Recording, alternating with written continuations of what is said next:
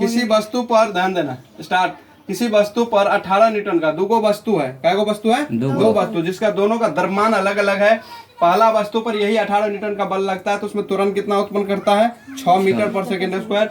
दूसरा वस्तु है जिसका द्रव्यमान भी, दोनों वस्तु का किसी का द्रव्यमान पता नहीं है ना, तो दूसरा वस्तु पर यही 18 न्यूटन का बल लगता है तो उसमें तुरंत कितना उत्पन्न करता है? 3 मीटर पर सेकेंड स्क्वायर। तो कह रहा ये दोनों वस्तु को एक साथ बांध देंगे, क्या करेंगे? बांध देंगे, तब उस पर 18 न्यूटन का बल लगेगा, तब तुरंत कितना उत्पन्न होगा। ऐसा समझ में क्वेश्चन। तो अब सबसे पहले हम दोनों वस्तु का द्रव्यमान अलग अलग निकालेंगे। जैसे सॉल्यूशन, F बराबर क्या होता है?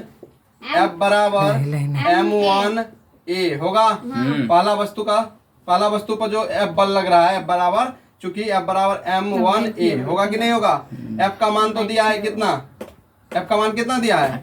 18 न्यूटन। M1 का मान तो नहीं है, द्रव्यमान तो नहीं पता है पहला वस्तु का, तो वैसे छोड़ देंगे। A का मान पता है, तुरंत कितना उत्पन्न हो रहा है? ये A है, ये क्या है?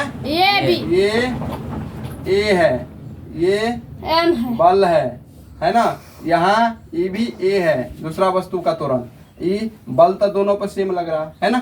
चलो, तो यहाँ से A का मान कितना दिया है?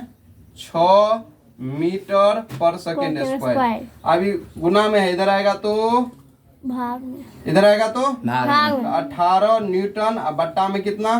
6 मीटर पर सेकेंड स्क्वायर बराबर क्या होगा? M1 होगा। अब एक चीज बताओ, M1 बराबर क्या आया? M1 बराबर आया 18 बट्टा में 6 मीटर पर सेकेंड स्क्वायर। ऊपर में न्यूटन है ना, तो न्यूटन के जगह पर क्या लिखेंगे? केजी मीटर पर सेकेंड स्क्वायर लिखाता है कि नहीं लिखाता है? न्यूटन केजी मीटर पर सेकेंड स्क्वायर है क्या ना? न्यूटन है इसका। चलो, मीटर पर सेकेंड स्क्वायर से मीटर पर सेकेंड स्क्वायर कट गया 36 18। इसीलिए M1 का मान कितना आया? 3, क्या बचा है? 3 केजी। पहला वस्तु क्या केजी का है? 3 केजी का। अब फिर दूसरा का द्रव्यमान निकालेंगे। दोनों का द्रव्यमान में से किसी का पता नहीं है, तो फिर यहाँ होगा F बराबर M2A। क्या होगा? दूसरा का F बराबर M2A। तो F का मान यहाँ भी क्या है? 18 न्यूटन। F का मान कितना है? 18 न्यूटन। M2 कितना है? M2 नहीं पता। अगुण्य में A मान है 3 मीटर पर सेकेंड स्क्वायर। 3 इधर आएगा तो क्या चीज में? 3 इधर आएगा तो 18 न्यूटन बट्टा में 3 मीटर पर सेकेंड स्क्वायर बराबर कितना? M2 होगा या नहीं होगा? तो यहाँ से M2 बराबर 18 न्यूटन के जगह क्या लिखेंगे? केजी मीटर पर सेकेंड स्क्वायर बट्टा में 3 मीटर पर सेकेंड स्क्वायर। मीटर पर सेकेंड कैंसिल, 3 छक्के 18 6।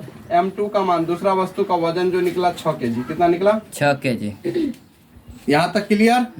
6 केजी। अब कह रहा है दोनों वस्तु को जब एक साथ जोड़ देंगे, दोनों का एक साथ जोड़ देंगे, बांध देंगे, तो दोनों का वजन मिला के कितने? एगो का वजन आया 3 केजी, इसका वजन, तो इसका जब में इन दोनों को M1 जो इसका M क्या होगा? अब जो होगा इन दोनों का M1 M2, ये दोनों मिला देंगे तो इसका द्रव्यमान मान लेते हैं M। क्या मान लेते हैं?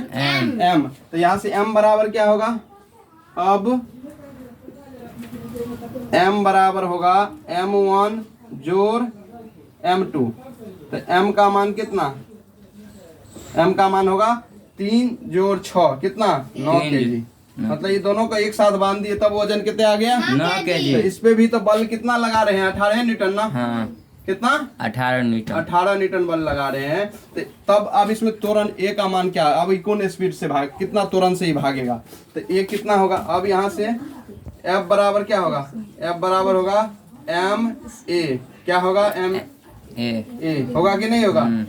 F का मान कितने हैं? 18 न्यूटन। M कितना आया? दोनों मिला के M कितना? 9 केजी।